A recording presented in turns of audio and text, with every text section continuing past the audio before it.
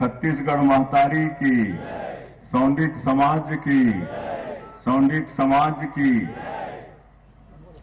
आज प्रभु श्री राम का ननिहाल माता कौशल्या की धरती छत्तीसगढ़ और उसकी राजधानी रायपुर में सौंडिक समाज द्वारा आयोजित अखिल भारतीय सौंडिक राष्ट्रीय सम्मेलन में मंच में विराजमान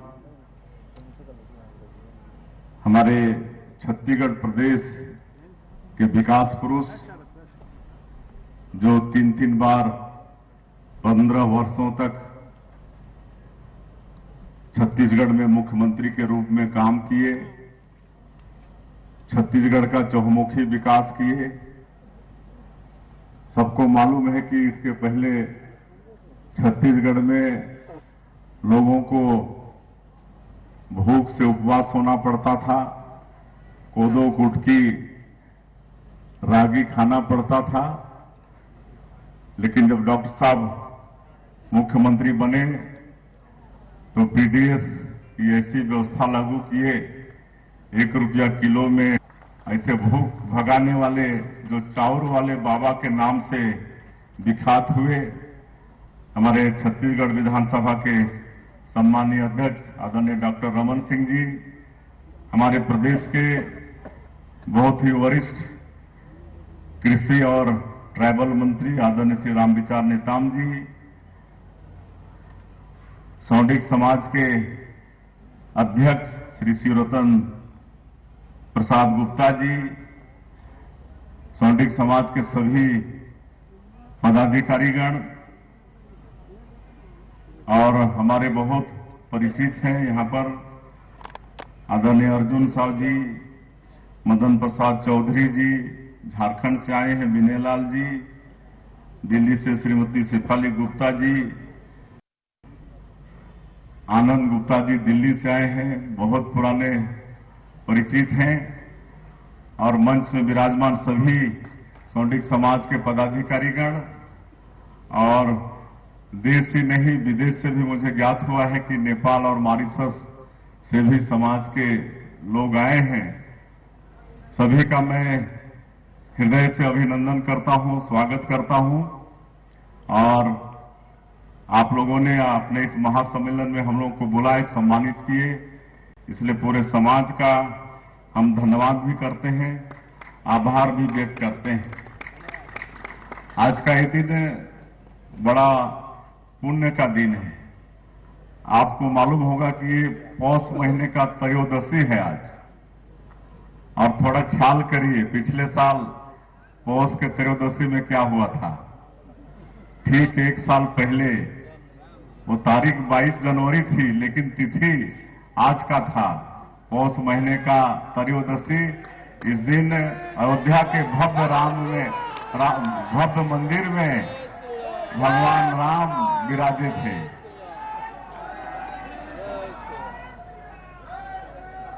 और छत्तीसगढ़ का तो सौभाग्य है कि ये छत्तीसगढ़ प्रभु राम का ननिहाल है, माता कौशल्या की धरती है। और इस नाते भगवान राम हम लोग के भांजा हुए और हम लोग के भांजा भगवान राम आज की तिथि में ही अयोध्या के भव्य मंदिर में विराजे थे। तो वो तिथि है, तो राम मंदिर प्रतिष्ठा का ये पहली वर्षगांठ है। तो इसके लिए मैं आप सब लोगों को बहुत बहुत बधाई देता हूं। और इस सम्मेलन की शुरुआत आप लोग बड़ा सोच समझकर आज के दिन किए। तो ये सम्मेलन बड़ा सुखद रहेगा, बड़ा ये फूल फ्रूट होगा ये।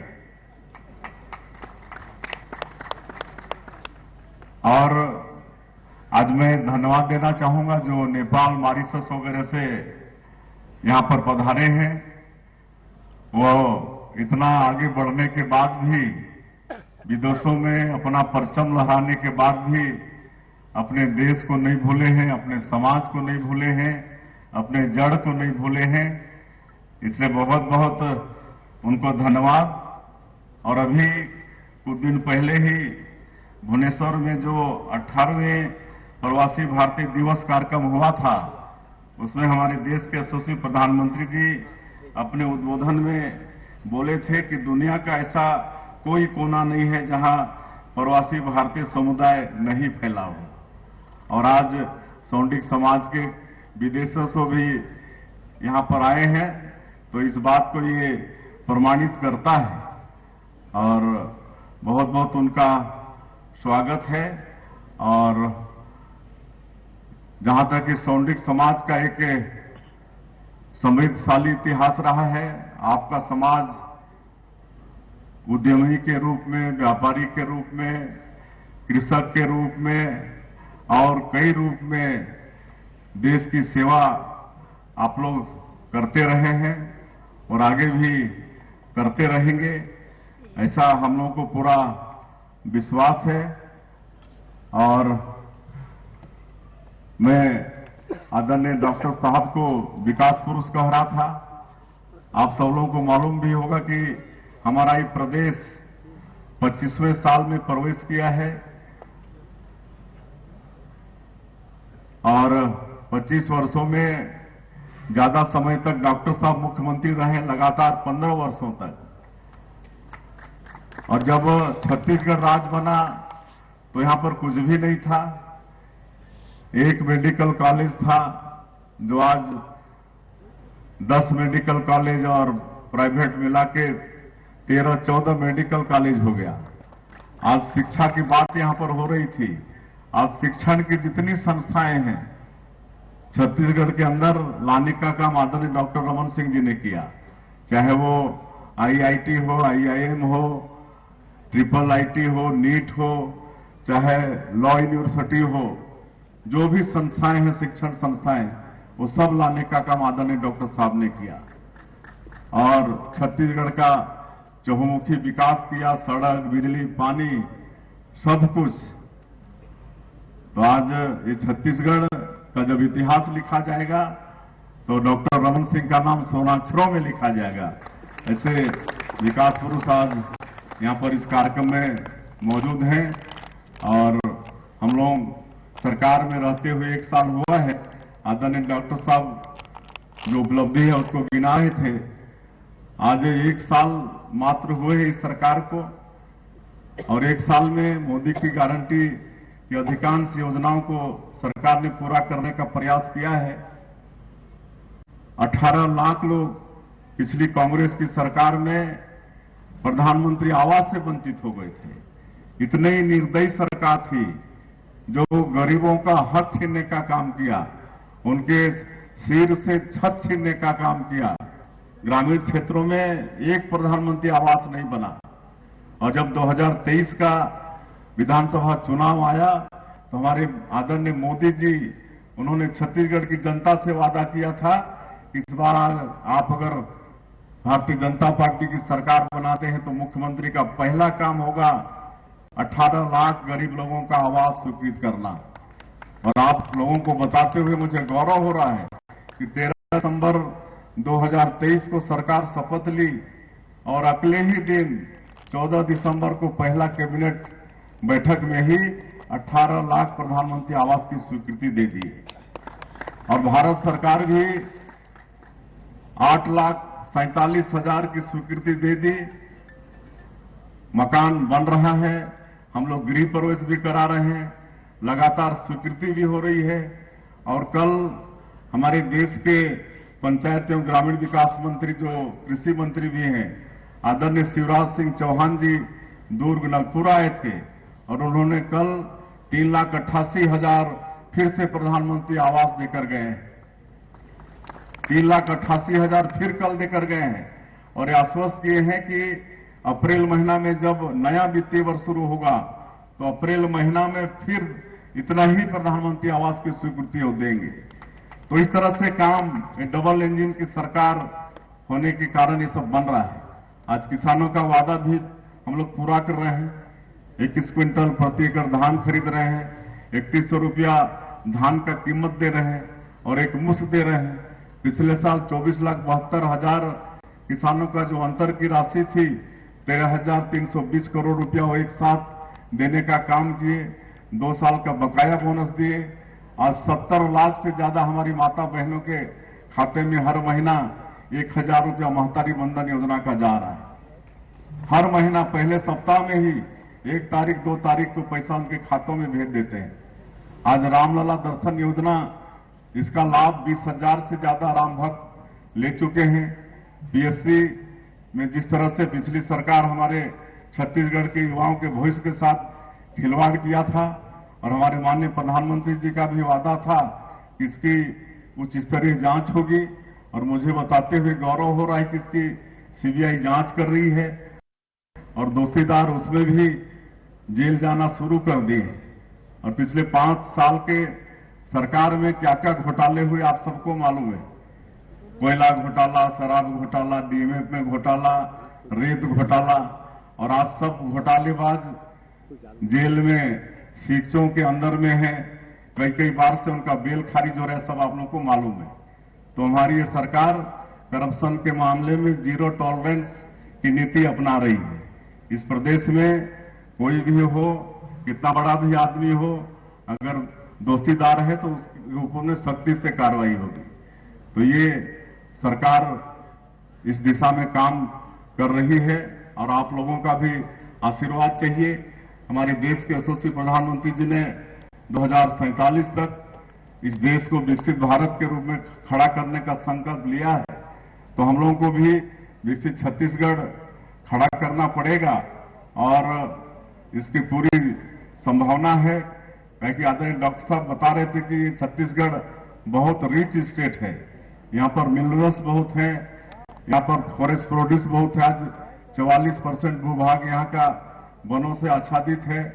यहाँ की मिट्टी उर्वरा शक्ति से भरपूर है, मेहनत का किसान है। लेकिन इसमें आपके समाज का भी योगदान चाहिए। अगर हम विकसित छत्तीसगढ़ की बात करते हैं, और जैसे मैंने कहा कि उद्यमी के रूप में, व्यापारी के रूप में, कृषक के रूप में आप लोगों का बड़ा योगदान है। इसमें और तेजी लाने की आवश्यकता होगी। हम लोगों ने नया औद्योगिक नीति लॉन्च किया है 2024-2030। इसमें बहुत सारी सहूलियतें हैं। अभी हम दिल्ली गए थे, वहां एक इन्वेस्टर कनेक्ट कार्यक्रम किए थे जिसमें 150 से ज्यादा उद्योगपति आए थे। वहां हम लोगों ने अपनी उद्योग नीति को रखा और बहुत सराहना हुई, और कई उद्योगपति इसी महीने आने वाले हैं। हम लोग के उद्योग नीति से प्रभावित होकर वहीं पर अनाउंस किया है सेमीकंडक्टर चिप्स निर्माण के क्षेत्र में इसी महीने में नया रायपुर में भूमि पूजन होने वाला है। तो इस तरह से करीब उस दिन 35-40 हजार करोड़ रुपया का इन्वेस्ट का एमओयू हो गया है।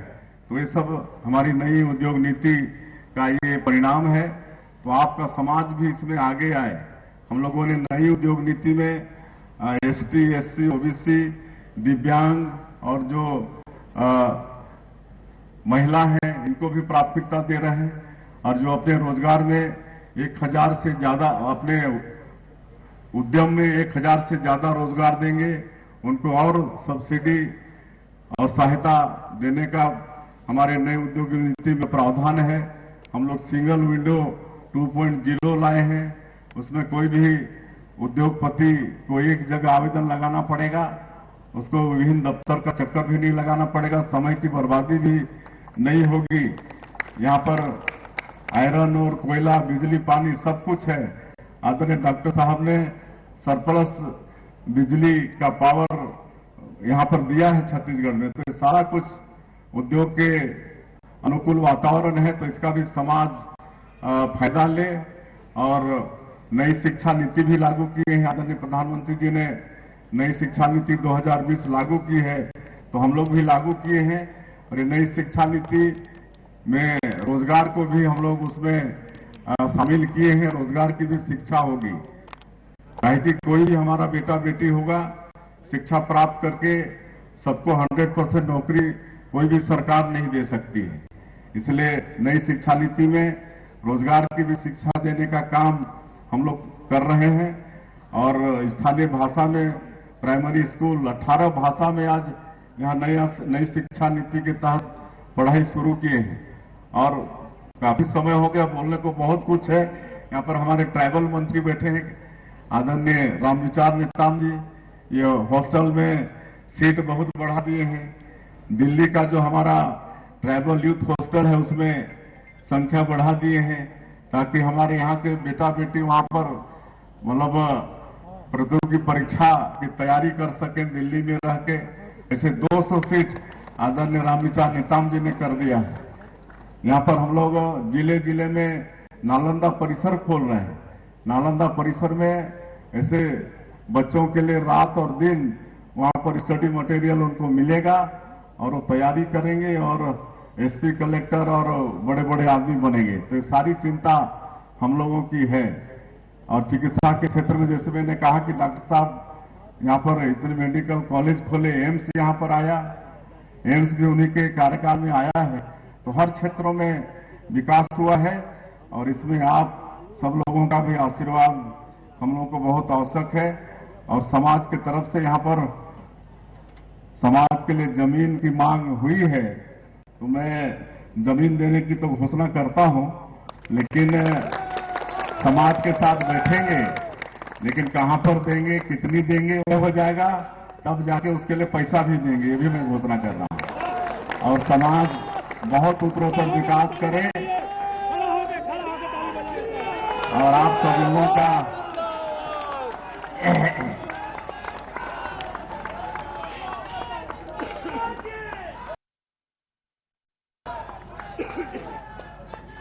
आप सभी लोगों का आशीर्वाद मार्गदर्शन हम लोगों को मिलता रहे और आप सब लोग इस सम्मेलन में हम लोग को बुलाए, सम्मानित किए, इसके लिए सौंडिक समाज का फिर से एक बार धन्यवाद करते हुए मैं अपनी बात समाप्त करता हूं।